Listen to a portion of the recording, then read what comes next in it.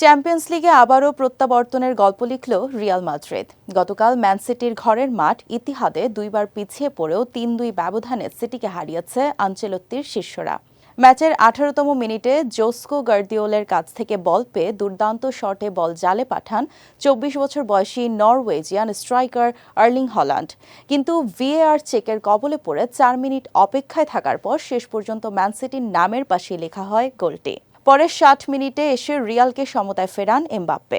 Free kick থেকে ফিরতি আসা বল অদ্ভুতভাবে পায়ে লাগিয়ে ম্যান সিটির গোলরক্ষক এডারসনের ওপর দিয়ে জালে বল পাঠান এ ফরাসি তারকা। এরপর ৮০ মিনিটে পেনাল্টি থেকে আবারও নিজের দ্বিতীয় গোলটি করেন হল্যান্ড। এতে করে ২-১ গোলে আবারও লিড নেয় সিটি।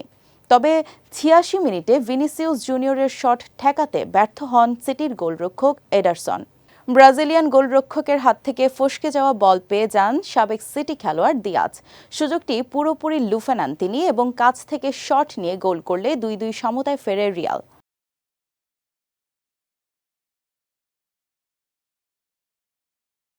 পরবর্তীতে ৯২ মিনিটে রিয়ালের জয়সূচক গোলটি আসে ইংল্যান্ডের মিডফিল্ডার বেলিংহামের কাছ থেকে। ভিনিসিয়াস জুনিয়রের অ্যাসিস্ট থেকে গোল করেন তিনি।